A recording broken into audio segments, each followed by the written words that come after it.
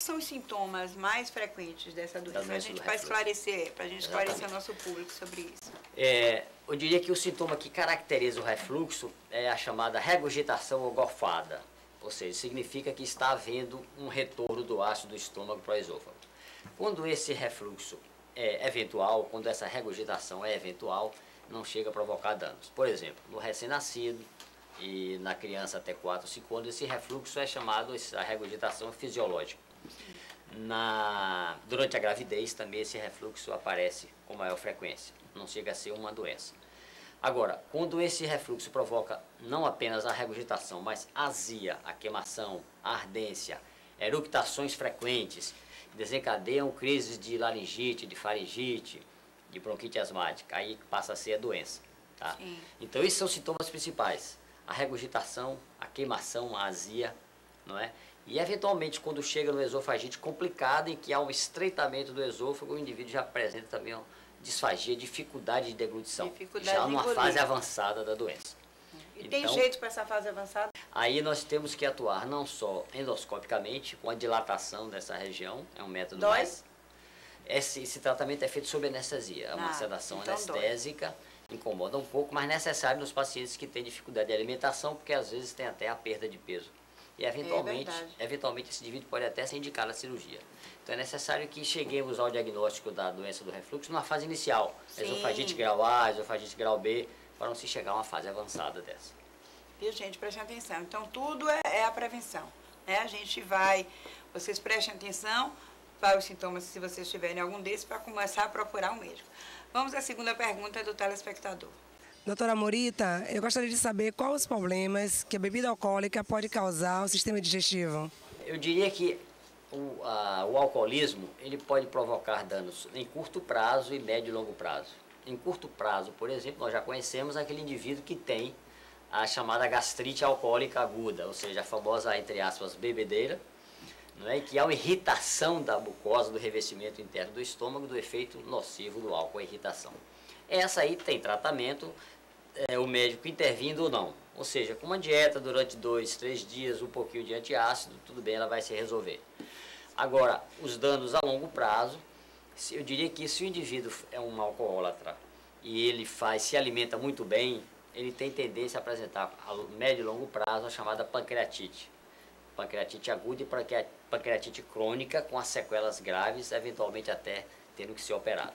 Se este indivíduo ele faz o uso do álcool, ele não se alimenta bem, ele tem uma tendência a apresentar a cirrose do fígado, com as consequências graves que são as varizes esofágicas, a falência do fígado como um todo, levando àquela famosa ascite, a barriga d'água, aquela barriga enorme, queda do estado geral. Então o alcoolismo não tem apenas como dano ruim, não apenas o aspecto social, familiar, mas também sobre o tubo digestivo. E também, em alguns casos, predispõe ao aparecimento de câncer de esôfago, câncer de intestino também. Essa questão do álcool no aparelho digestivo, inclusive, não é tanto assim essa especialidade, a gente está falando isso, mas ocorre de casos de algumas pessoas que bebem, né, e depois regurgitam também por causa do álcool, que provocam a contração do estômago, né, que tem aquele vômito e que aspiram, trazendo aqueles mesmos problemas que a gente falou aqui agora sobre o refluxo, não é isso? Exatamente. A pneumonia por aspiração, não é? Não é que é grave? Exatamente. E aqueles indivíduos, às vezes, que têm vômitos incoercíveis, né, durante o dia seguinte e que apresenta aquela laceração, pequena laceração no esôfago distal, que é uma síndrome de nome difícil, síndrome de Mauri-Weiss, mas nada mais é do que um rompimento da mucosa do esôfago com vômitos de sangue e que leva o indivíduo a procurar emergência, onde se faz uma endoscopia imediata com cauterização daquele ponto sangrante. Isso pode acontecer também. O álcool que corrói, né? A coisa tanto vomitar e o álcool está passando por ali. Exato. E, gente, o que é que o álcool faz? Bom, vamos a mais uma pergunta ao telespectador. Quando devemos procurar um gastro? Como eu informei inicialmente a vocês no início do programa, a maioria dos sintomas são de apenas doenças funcionais, de correção de alimentação e de hábitos. Entretanto, a frequência desses sintomas, a sua intensidade e a idade do paciente é que vai nos dizer em que momento deveríamos procurar o médico. Por exemplo, aquele indivíduo que do fim de semana foi no restaurante, comeu demais, bebeu um pouco mais, teve aquela feijoada de fim de semana, aquele churrasco, se sentiu mal, aquela dorzinha, aquela diarreia, um pouco de náusea, tudo bem, sem problema nenhum. Todavia, aquele paciente, que é um paciente idoso, que tem sintomas durante alguns dias, persistentes, não é? Sim. Aí sim tem que procurar o médico para fazer uma avaliação. Aquele indivíduo que tem a idade mais avançada. Inclusive na prevenção e detecção de tumores iniciais. Aqui, então, eu diria um outro exemplo, por exemplo, aquele indivíduo jovem, já não falando do idoso, mas do jovem. Ele tem uma dor abdominal, essa dor abdominal teve náusea, teve vômito, e essa dor abdominal migrou para a fossa ilíaca direita, quer dizer, um quadro típico de apendicite aguda, um caso de emergência. Então, eu apresentei para você um caso de emergência, ou então naquele caso daquela doença que vem se arrastando no idoso que deve se procurar o médico. Sim. Então, quando aqueles sintomas se tornam persistentes, né, em qualquer idade, em que aquela medicação caseira não resolveu, em que aquela orientação familiar não resolveu, esse indivíduo tem que procurar um médico para fazer a avaliação, fazer exames complementares, ter de exames laboratoriais até exames mais invasivos, para saber até que ponto a sua queixa digestiva, a depender do tempo que ele tem, da intensidade que ele tem, da idade que esse paciente tem, se ele deve procurar aquele médico especialista ou médico clínico geral para fazer a avaliação. Ou seja, não subestimar os sintomas para que não se chegue a uma fase e já esteja sem solução. Não é nada não, vamos deixar para lá, estamos um digestivo aqui, um analgésico ali, não deve fazer isso, né?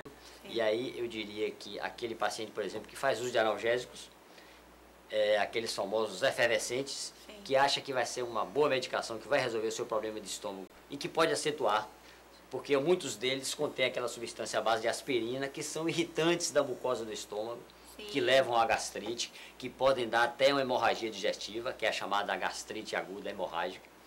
Então, aquele indivíduo que faz uso frequente de analgésicos e anti-inflamatórios para o problema de coluna, os chamados anti-inflamatórios não esteroides, que levam a gastrites agudas com consequências importantes. Sangramento, inclusive, né? Sangramento, inclusive, com anemia, com hemorragia. Com esses anti-inflamatórios. Então, remédio é uma coisa seríssima, é veneno. A gente tem que procurar um médico, sim. Tá bom?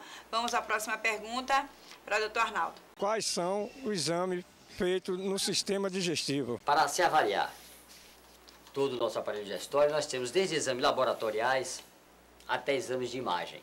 Então, nós podemos desde ter um simples parasitológico de fezes, né, onde vamos tentar detectar parasitoses intestinais, até exames mais invasivos, onde destacamos a ressonância magnética, a tomografia computadorizada, e passamos pela endoscopia digestiva e pela ultrassonografia. Por exemplo, eu aconselharia todo indivíduo acima de 40 anos submeter-se a uma ultrassonografia anual, porque é um exame que não é invasivo, que não tem nenhum efeito nocivo colateral, não tem carga de raio-x, e é um exame simples e que, feito periodicamente, vai nos dar um acompanhamento desse paciente. Dentre os exames da avaliação, nós destacamos a endoscopia digestiva. Eu diria a você que a gastroenterologia ela tem duas fases historicamente. A fase pré-endoscopia digestiva e a fase pós-endoscopia digestiva. Então, a importância da endoscopia no estudo da gastroenterologia. A endoscopia digestiva nos permite diagnosticar e tratar doenças e fazer o acompanhamento dessas doenças. Espetáculo, né? Então, a endoscopia inicialmente feita com aparelhos bem primários, hoje nós temos aparelhos computadorizados, com chips modernos, aparelhos de pequeno calibre, que nos permite diagnosticar e acompanhar o tratamento. Pesquisar durante a endoscopia, por exemplo, aquela bactéria, a bactéria H. pylori, que tanto se fala nela, que está envolvida na presença das úlceras do estômago, das úlceras do duodeno, na chamada gastrite erosiva, que se vê às vezes nos laudos endoscópicos, e também envolvido em alguns tumores do estômago. H. pylori? Exatamente. Inclusive, vale a pena ressaltar isso que se fez uma panaceia em torno do H. pylori, porque 60% a 70% da população brasileira ela tem o H. pylori. Nos Estados Unidos, essa incidência chega a menos de 40%. Ou seja, quanto menor as condições de higiene, de saneamento da população, maior a presença da H. pylori. Ah, então tem muito mais do que isso, H. pylori, aqui no Brasil. Isso não significa, por exemplo, que nós vamos ter que tratar, usar antibióticos e Para todo antiácidos mundo. em 70% da população. Sim. Porque em apenas um pequeno percentual é que essa bactéria leva a esse tipo de doença que eu me referi. Então ela deve ser pesquisada e tratada naqueles indivíduos que têm indicação. E o tratamento é feito à base de 2 antibióticos e um antiácido durante uma semana e o acompanhamento posterior do controle do tratamento. A endoscopia também permite detectá-la e saber se ela foi tratada efetivamente ou não.